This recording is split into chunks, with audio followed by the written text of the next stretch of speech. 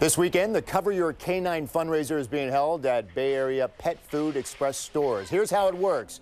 You bring your dog in and give it a bath at any participating location, and 100% of the proceeds go to Cover Your Canine. The money buys equipment that includes canine bulletproof vests and heat alarms for police vehicles. And this year, it will also go to providing specialized pet oxygen masks for every fire truck in California. Joining me in studio, Mike Murray, Director of Community Relations with Pet Food Express, and Captain Chuck Wong, a FEMA Task Force member and Urban Search and Rescue canine handler with the Berkeley Fire Department. Quite the title there, Captain, you have. You can just say rock star, you know, we'll introduce you. Thank you for doing what you do, both of you, and thanks for coming in today. This is a big weekend for you guys, Mike. This is the largest fundraiser here in the state. Absolutely. It's the 10th year we've done it for our Cover Your Canine campaign. 10th year. And every year we add a new component to it. The first year was vests, and then it was heat alarms for the cars, then it was trauma kits for the officers to treat their dogs. So this year we're all really excited about this component, which is the oxygen mask. Right.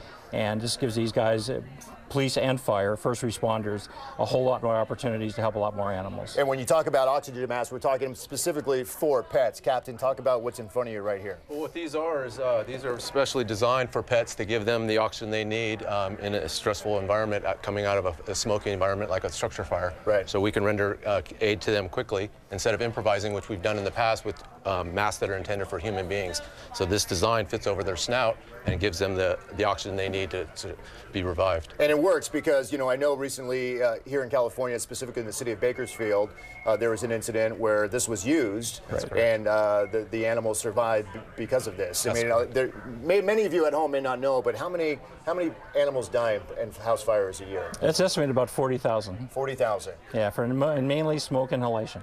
And Captain, you think that every fire rig should have one of these? Absolutely. They're first on scene and have the necessary equipment to render care immediately instead of improvising like we've done in the past. Is it frustrating when you get to a scene and something like this we're watching here, and in this case they do have the mask, but when you don't have it, because in California you're not really legally allowed to in some cases. Yeah, so hopefully the Senate bill will pass and will be supported in rendering first aid. What's that bill again? Or how would you describe it? It's 1305. Okay. And basically it gives first responders permission to use these masks. Right now it's only veterinarians that are allowed to treat them, but by the time these animals are got to a vet from a scene, it's often too late. So this gives the first responders, these guys here, the ability to do it right on the spot and save a whole lot of lives. What was it, and you say this is the 10th year, we go back to the first year, why? We just found that a lot of the police canine units did not have protective gear. They didn't have vests to protect them. There wasn't heat alarms for the cars to alert the officer the temperature was getting too high in the car. And so these things now have gone high tech. They have an app on their phone where they can control the temperature in their car. They got a door release button.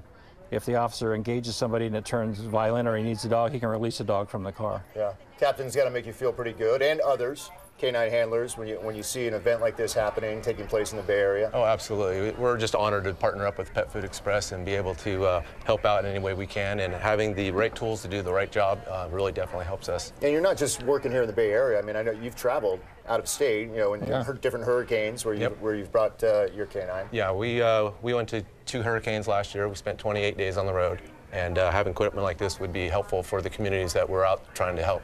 Talking about the oxygen mask. Yeah, absolutely. Yeah. I know you guys got here earlier. Coming up at 9:35, we're actually going to go outside to meet Captain Wong's canine partners. Their names? Kino and Kona. Kino and Kono, and see how this equipment actually works. There's a live picture of one of the canines right there. Both are FEMA, Urban Search and Rescue, certified canines, who again, as the captain mentioned, were sent to Hurricane Harvey in Texas and Irma in Florida. We have put more information up about the Cover Your Canine fundraiser on our website at KTVU.com. Look for it in the web link section under the Mornings on 2 tab. You can also find it on the KTVU mobile app. Mike, thank you for your time. Have a great weekend out there. Thank you very much. Captain, I'll see you in just a little bit outside. This weekend, the Cover Your Canine fundraiser is being held at Bay Area Pet Food Express stores. The money raised will buy safety equipment for canine officers and specialized oxygen masks for all Bay Area fire departments that can be used on animals. Let's send it on out to Mike, who is with a few members of a local search and rescue team deployed all over the country. All right, Allie, Sal, thank you. Yeah, I'm joined once again by Captain Chuck Wong with the Berkeley Fire Department, and you got to be happy about this coming weekend. This is critical money that is needed not only for your department, for other departments across the state. Yeah, absolutely. Every first responding ambulance truck or battalion chief car could have these devices in their vehicles ready to render care at any time. Okay, these are your two dogs we're looking at right now, and their names are? This is Kino, the black lab, and then Kona, the yellow lab. Okay, and then right next to Kona, you've got that red bag there. So what's new this year regarding the Pet Express fundraiser is they're trying to get money for what are basically pet oxygen masks, right? That's right. These masks fit simply over their snout and give them the oxygen that they need, just like that.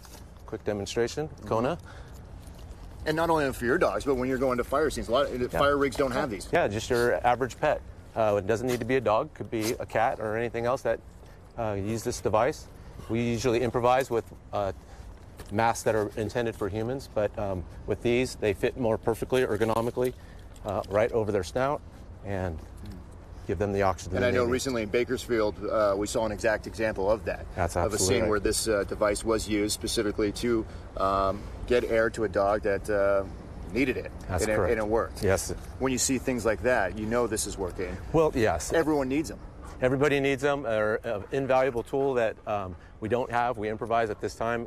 Once we have these devices on board all the apparatus, we'll be better suited to render care immediately to all the animals that are in distress. You know, you don't have to be doing this job. You don't have to have these dogs. What is it about this part of your gig that you want it to be? I just enjoy, giving back to the community, and having these dogs helps be the ambassador for that. Yeah. And working with Pet Food Express and Police and Working Dog Foundation is just a wonderful, wonderful opportunity. How long have you been doing search and rescue? Well, Kino's 12 years old, so I've been doing it just about 12 years. I know you did a little demonstration in our parking lot this morning because you've traveled out of state. Again, you've gone to a number of hurricanes and disaster zones. Yes. What did you demonstrate here with your dog? We did a basic search with my partner over there, Gareth Miller, and his dog Vita, and basically I hid inside the tube, and Vita went over there and alerted on live human scent. And when you're on a real life, experience like this, and you do find someone, how do you react? Well, I haven't ever found anybody, which is probably a good thing in one sense, thing, yeah. But it's what we train for every day. It's just another aspect of our job, and if we can bring a family member home, that's the name of the game. Yeah, and the fundraiser, not to go back to it again, but it's not only just the oxygen mask, right? There's a number of other items that canines need. Yeah, absolutely. The police side of it, with their heat detection devices for their vehicles, is a wonderful attribute that they're able to sponsor and fund. And the washing itself of our animals to decon them after training is another great, it's just a nice gratuity that they offer to us, and we appreciate that. I want to bring in Mike Murray real quick. Mike Murray's with Pet Food Express.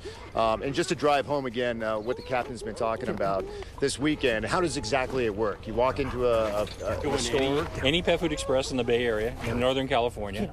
You can wash your dog, or you can buy the tokens to wash your dog later. You don't have a dog, buy tokens for your neighbor or your friend who has a dog. And we also have a donation SKU at the register. They can make a straight donation. 100% of everything raised goes to this cause. I can tell by the smile on your face you get excited about this weekend. This is a great fundraiser. Our goal is $150,000 and put one of these kits on every fire truck in Northern California. All right, Mike, thanks for doing what you do. Captain, thanks for doing what you do. Appreciate you coming out to our studios today. Sal and Allie, we'll send it back to you in the studio. All right, Mike, thank you very much.